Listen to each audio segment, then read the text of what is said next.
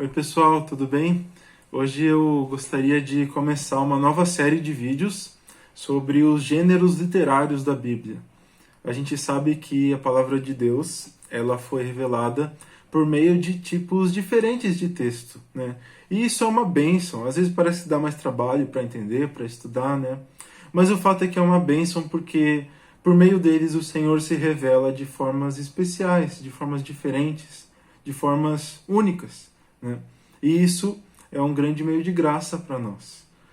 Por exemplo, nós podemos olhar para o Pentateuco, lá para as leis em Levítico, e esse tipo de texto é completamente diferente da poesia dos Salmos. Da mesma forma, as profecias de Ezequiel, de Jeremias, são completamente diferentes na estrutura, na forma como é contada, no objetivo da sua escrita, das cartas de Paulo, por exemplo, lá no Novo Testamento, né? Então a gente não pode pegar qualquer texto da Bíblia e querer interpretar, querer lidar com ele como se fosse tudo igual, né? Como se fosse tudo parte dentro do mesmo pacote, né? Então é importante que nós tenhamos essa sabedoria de, quando nós formos ler um texto da Bíblia, ter um pequeno conhecimento, assim, um básico, né? Para saber que aquele texto tem o seu objetivo específico, tem o seu contexto de escrita, de propósito e tudo mais. E hoje eu vou começar a falar sobre os livros históricos. Eu vou direto ao ponto. A gente tem muito problema com histórias da Bíblia que são malucas e que as pessoas fazem coisas erradas e a gente fala, nossa, como é que isso está na Bíblia? Né? Isso é um exemplo a ser seguido? Não é um exemplo a ser seguido? Como é que a Bíblia pode ensinar esse tipo de coisa? Como é que essa história absurda está escrita na Bíblia? Né? E tem gente que crê na Bíblia, né? E começa aquela confusão. Mas os livros históricos, como o próprio nome já diz, são registros históricos do que aconteceu naquela época, naquele período, né? No povo de Deus, no povo de Israel. E vocês sabem que tinha muita gente boa, muita gente fiel a Deus e muita gente má e que fez coisas horríveis. E a Bíblia registrou esses eventos, né? E com essa história toda a gente pode aprender, a gente pode conhecer a Deus, a gente pode ver atitudes que devem ser imitadas e atitudes que devem ser evitadas. E isso faz parte da leitura de um texto histórico. Não é como se fosse um discurso de Jesus em que cada verso ali é um ensinamento do próprio Deus encarnado e deve ser verdade na nossa vida. Eu vou dar um exemplo. Lá em Juízes, a gente vai ver a história do juiz Jefté. Jefté foi um homem que foi levantado por Deus, né, para livrar Israel em uma guerra contra um povo vizinho ali, né, assim como outros juízes.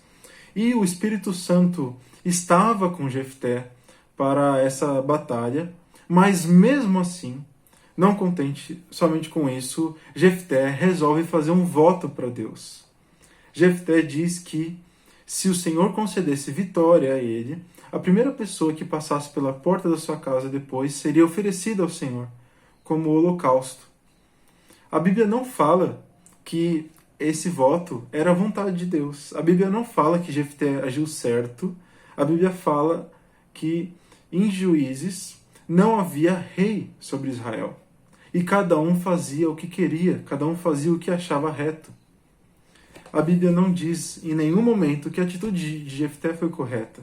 E o que aconteceu foi que o Senhor, não por causa do voto de Jefté, mas porque já fazia parte do seu plano, né, assim como ele já tinha feito por meio de outros juízes, concedeu vitória a Israel. Então Jefté venceu a batalha e resolveu cumprir o seu voto ao Senhor como forma de gratidão, né, na cabeça dele. Isso fazia sentido. O que acontece? Quem chega na casa dele? A própria filha. E esse homem ofereceu a própria filha como holocausto ao Senhor. E essa é uma história bizarra, absurda, mas foi o que de fato aconteceu e a Bíblia registra isso, né? É um fato histórico. E muita gente lê esse texto e fala, nossa, como é que a Bíblia pode ensinar esse tipo de coisa? Como é que tem gente que crê na Bíblia? Ou quem é feminista vai falar, nossa, olha como a menina foi desprezada, a vida da mulher não vale nada na Bíblia, sabe? Começa aqueles papos assim, cada um interpreta como quer.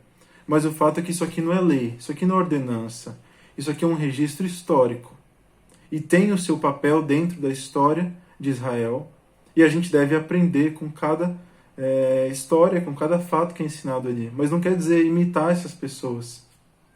Então é importante que, quando nós formos lidar com algum tipo de texto histórico, a gente se lembre disso, né? De que é simplesmente uma história, é um relato de algo que aconteceu e que faz parte da história do povo de Deus. E a gente precisa ter sabedoria para encontrar de fato aquilo que é do Senhor, aquilo que é bom e aquilo que não é, aquilo que deve ser imitado e aquilo que não deve, né?